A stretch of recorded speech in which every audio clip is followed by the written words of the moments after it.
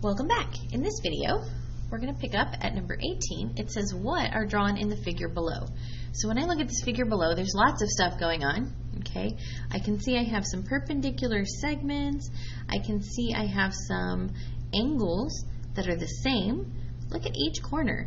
I have angles that are the same, angles that are the same, angles that are the same. I do have perpendicular boxes noted. Let's check each one of these and see if I have any of these. So an altitude, I know, starts at a corner and hits a 90-degree angle. So when I start at a corner, I don't hit here at a 90-degree angle. So I definitely don't have a bunch of altitudes drawn in. My medians have to go to a midpoint. So if I'm looking at the sides, none of the sides have tick marks on them showing that D, G, H, E, or F, or J. None of those are noted as midpoints. I definitely do have angle bisectors, right? My angles are being marked as being bisected. And again, because I don't have midpoints on the sides, I don't have perpendicular bisectors. So I do have angle bisectors. And the angle bisectors, remember, they intersect at a point called the incenter because it is the center of the circle that fits perfectly inside my triangle. Okay, if I could draw a circle, that'd be great. Okay, all right, so now let's look and see what number 20 is asking me. It says, if the distance from I to G is 5 and A to I is 16, find the value of I to H. So let's see, I to G is 5, so here's I is my incenter. I to G is 5. Well, that's a radius of this circle, right? It's from the center to the edge of the circle. So all those radii, this one's going to be 5, and this one's going to be 5. Then it also tells me that I to A is 16, and that is marked in my picture as well. I to A is 16, but we didn't have any information about the lengths of anything with my angle bisectors. It was my centroids that does some interesting things with the lengths there, right? So my incenter doesn't necessarily do anything with the distances to the corners. That's going to be my centroid and my circumcenter, but not my incenter. Okay? So when I look at this and it says find the value of IH, well, from I to H, we've already found it. It's 5. Okay? All right, let's look at the next section. This kind of brings all of these different pieces in our triangles together. We're going to sketch one of the given figures in each triangle below, and we're going to make sure to mark it so we can tell by looking without the word above it what it's supposed to be. Okay, so if I know that I have an altitude, that means I start at one of my corners and I hit the other side at a 90-degree angle. So I'm just going to go on each of these from the top corner. So if I go from this top corner and I drop straight down and I hit it at a 90-degree angle, then I have an altitude. That is all I can add to that picture. I don't know that if it's going to hit at a midpoint. I don't know if it bisects an angle. All I know about an altitude is that it makes a right angle at its base, along the base of that triangle. Okay? For the median also starts at a vertex, and it hits the opposite side at its exact midpoint. So I'm just going to eyeball it and then mark it so that even though I didn't measure it, I just get to say, hey, my picture's not to scale. It's okay. My median goes from the vertex to the midpoint.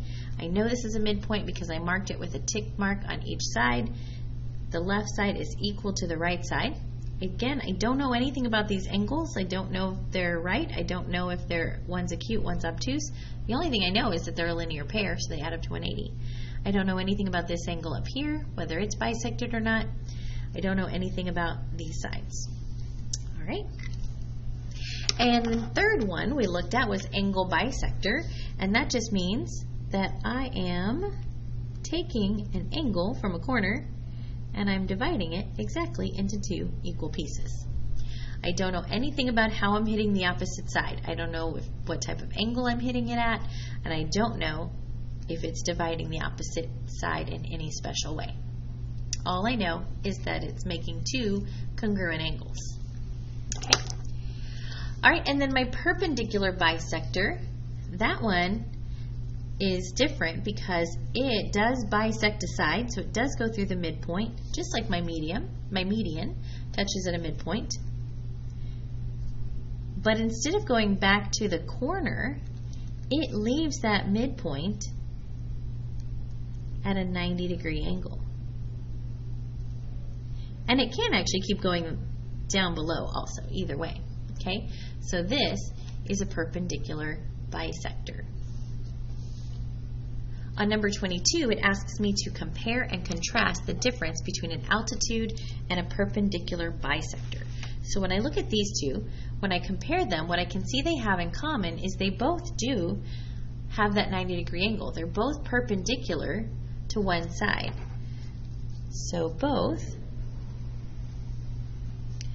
are perpendicular, and if you don't want to write out the whole word, you could use the symbol, which remember is the upside down T. They're both perpendicular to a side. So that's what they have in common, but we're also supposed to contrast. So I'm going to note that the altitude, it has to include that vertex, right? My altitude is always going to go and touch a vertex. The altitude must include a vertex.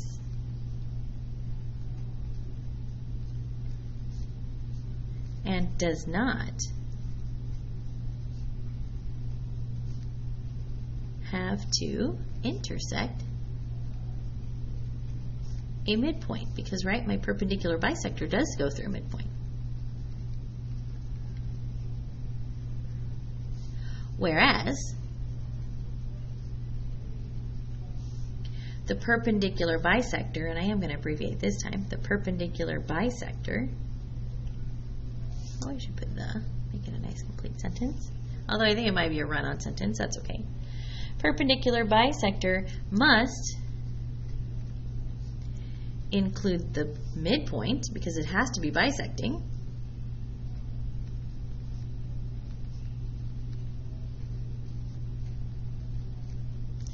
but doesn't have to pass through a vertex.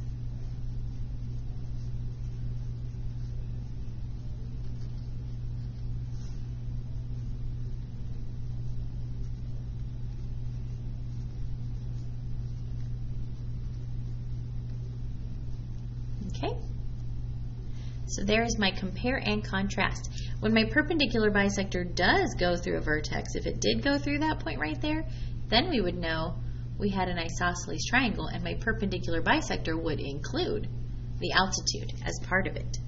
Okay? All right, we're going to go ahead and stop this video here, and we will pick up with the review in the next one. Thank you so much for watching.